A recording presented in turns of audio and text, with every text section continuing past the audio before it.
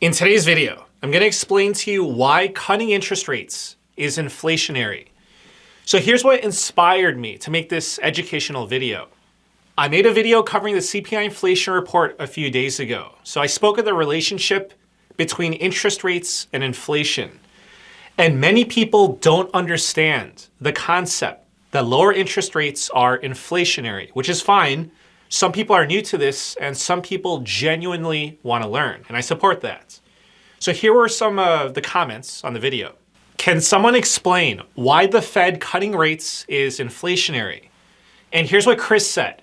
Cutting rates is not inflationary, that's BS. So I don't know if he was trolling or not, but I'm just gonna assume that he wasn't. Static Flame asks, how does cutting interest rates cause inflation? And there were many similar comments. So you can check the video, you can locate these comments and see for yourself. So I sincerely want to help people with financial education, and this is a good question that warrants explanation. So I'm going to give you my explanation, but first, you know what? Let's just do the simple thing and ask Google, is cutting interest rates inflationary? So good old Google says yes, lower interest rates can cause inflation by increasing consumer spending and demand. Okay, so let me explain this to you with an example. I think that's the best way to do it. So let's say that you want to buy a home for $400,000. And let's say that your mortgage interest rate will be 7%. In that case, your monthly mortgage payments will be $2,661. Now, if you lower the interest rate to 3%, then the monthly mortgage payment falls from $2,661 to $1,686. Now, I want you to think about this. If you lower the interest rate, then it lowers the cost of borrowing. And in this situation, more people will now be able to afford to buy a $400,000 home. Therefore, this will increase demand. And when there's more demand, prices go up. And for this specific situation, if mortgage interest rates go to 3%, then can you imagine the investors that are going to start buying homes like crazy? The demand would be extraordinary and it would drive up home prices. Now, let me give you another example. Let's say that interest rates are at 0%. So would you leave your life savings in a savings account or CD that pays you 0%? So I'm asking sincerely. I'm guessing that you would not, because you would lose to inflation, right? So what would you do? You would most likely take that money and buy stocks so that you can hopefully make more than 0%. But if everybody's buying stocks, there's more demand for stocks and the stock market goes up. And this is a situation of financial asset inflation fueled by lower interest rates. Now, something else to point out. I guarantee you that if credit cards drop their interest rate down to 0% indefinitely, then we would see people spending more. Demand would increase and prices would go up. So just think about it. Companies offer 0% financing as a way to promote sales because it increases demand. So I'm sure that you've seen those promotions before. Now, you must understand this. This is so important because if you don't have the full picture, then you're going to have it all wrong.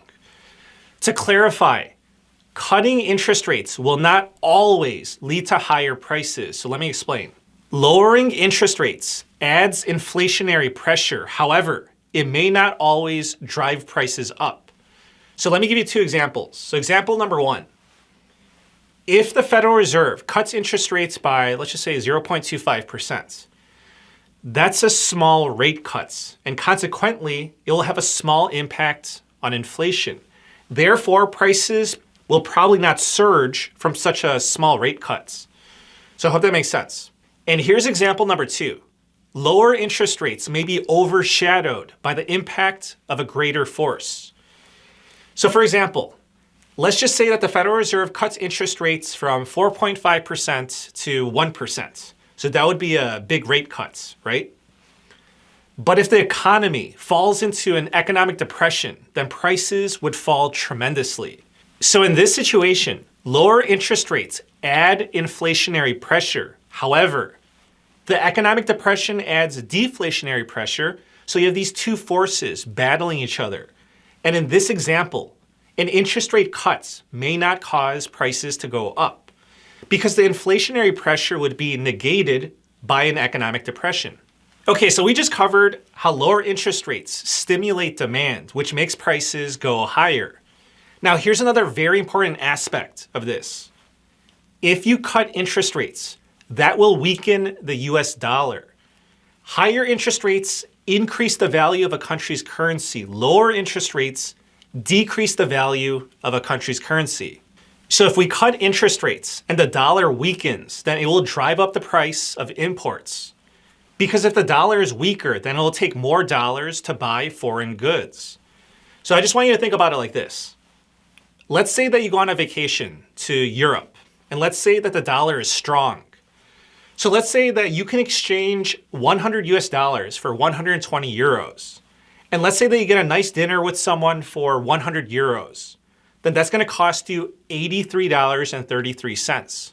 But now let's just say that the US dollar weakens and that $100, it now only gets you 80 euros. So if you get that nice dinner with someone for 100 euros, that's now going to cost you $125. So you see how big of a difference it makes when your currency is weaker. The same thing just got much more expensive for you. Now, I want you to think about that on a grander scale. If we lower interest rates, then the US dollar weakens, and then the price of our imports inflates. But to clarify, it's the same thing here. Lowering interest rates weakens the dollar. However, it does not guarantee that the dollar will weaken in comparison to other currencies. So I'll give you another clear-cut example. So if we cut interest rates, it's going to weaken the dollar, right? But if the Europeans cut their interest rates, that will weaken the euro. So here the effects may offset. So this is a case of lower interest rates, a weaker dollar, but prices don't go up. And here's another scenario. If we cut interest rates, but Europe cuts interest rates even more than we do, then we could actually see the value of the dollar strengthen. And this would be another case of lowering interest rates and prices don't go up. However, a lower interest rate still hurts the dollar. But in this example, the Europeans hurt their currency more than we did to ours. So it's all relative. But in the end, lowering interest rates adds inflationary pressure. That's why people say that cutting interest rates is inflationary, which it is. So I hope this helps people understand the relationship between interest rates and inflation. Okay, so that is your high-level overview. And if you have any questions or comments, please let me know down below. As you can clearly tell, I do read the comments. I look forward to reading them. Please subscribe. Thank you for the support and wish you a very nice day. Take care.